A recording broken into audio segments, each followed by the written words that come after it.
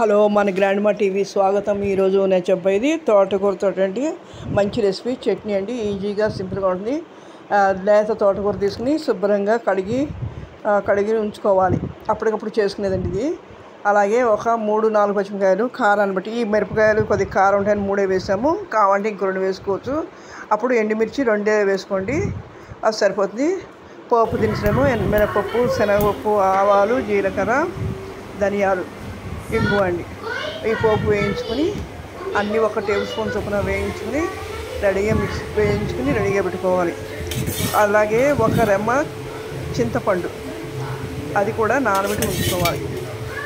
నూనె వేసుకుని ఈ నానబెట్టి ఉంచుకుని ఈ వేయించిన పోపుని మిక్సీ బౌల్లో తీసుకోవాలి. అది చల్లారుతుంది. ఈలోపు మనం బాండి పెట్టుకుని నూనె వేసుకుని దాంట్లోనే 3 పచ్చిమిరపకాయలు వేసాను, కావాలంటే ఇంకా 1-2 వేసుకోవచ్చు. ఇవి కొద్దిగా కారం ఉంటాయని ఒక 3 వేసామండి. అలాగే ఈ కడిగి ఉంచిన తోటకూరను కూడా వేసి అడికిపైకి తిప్పాలి, కదిపాలి. ఎందుకంటే నూనె కొద్దిగా పట్టి తొందరగా మగ్గిపోతుంది. ఎందుకంటే లేత కూర కాబట్టి తొందరగానే మగ్గిపోతుంది. 1 నిమిషం మూత పెట్టి ఉంచండి. తర్వాత ఈ మూత తీసేసి దాంట్లోనే రుచికి సరిపడా ఉప్పు, పసుపు వేసి అడికిపైకి కలపాలి.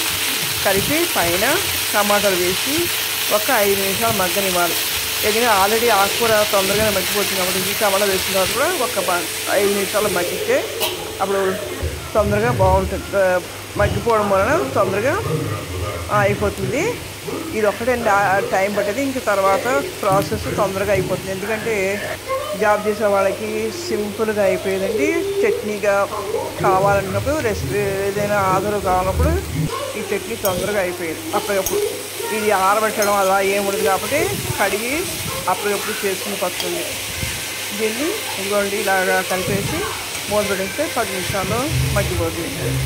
తర్వాత మనం మిక్సీ బౌల్ వేసుకున్న ఇది పొడిని పచ్చిమిరపకాయలు, వెల్లుల్లిపాయలు 4 రెబ్బలు తీసుకున్నాను, 4-5 మీ టేస్ట్ బట్టి వేసి అలాగే దాంట్లోనే చింతపండు వేసి ఒకసారి మిక్సీ తిప్పుకొని ఇది కూడా తోటకూర టమాటా కూడా మగ్గిపోయింది. దాన్ని పక్కన పెట్టేసుకుని ఉంచుకోండి. పక్కన పెట్టి చల్లారనివ్వాలి. ఈ లోపు ఇది మిక్సీ పట్టుకుని దాంట్లోనే మేము ఈ మగ్గిపోయిన తోటకూర టమాటా కూడా వేసి మిక్సీ పట్టుకోవాలి. ఫైన్గా మిక్సీ పట్టుకుంటే చాలా బాగుంది. దాంట్లోనే అది పక్కన పెట్టి మళ్ళీ ఆ బాండీలో ఒక 2 స్పూన్లు ఆయిల్ తీసుకుని దాంట్లోనే శనగపప్పు, మినపప్పు, ఆవాలు, జీలకర్ర, అలాగే ఇంగువ వేసి అది తింటే ముందు 2 రెబ్బలు కరివేపాకు కూడా వేసి తాలింపు వేసుకోవాలి. తాలింపు వేసుకుని మనం ఈ సర్వింగ్ బౌల్లోకి తీసుకుని ఈ తాలింపు ఆ చట్నీ తీసుకుని పైన ఈ తాలింపు వేసుకుంటే గుమ్మగుమ్మలాడుతూ చాలా బాగుంటుంది. ఈ చట్నీ అన్నంలోకి వేడి అన్నంలో చాలా సూపర్గా ఉంటుంది. ఇది ఒకసారి మీరు కూడా ట్రై చేయండి. ఎలా ఉందో కామెంట్ చేయండి, షేర్ చేయండి. ఇది నచ్చితే కనుక మరిన్ని వీడియో పెట్టడానికి అవకాశం ఉంటుంది. ఇది ఎలా ఉందో చూసి మీ ఫ్రెండ్స్కి కూడా చెప్పండి, బాగుంటుంది. లైక్ చేయండి, షేర్ చేయండి, సబ్స్క్రైబ్ చేయండి. మరిన్ని వీడియోల కోసం నాకు ఒక అవకాశం ఇంకా మంచి పెట్టడానికి అవకాశం ఉంది.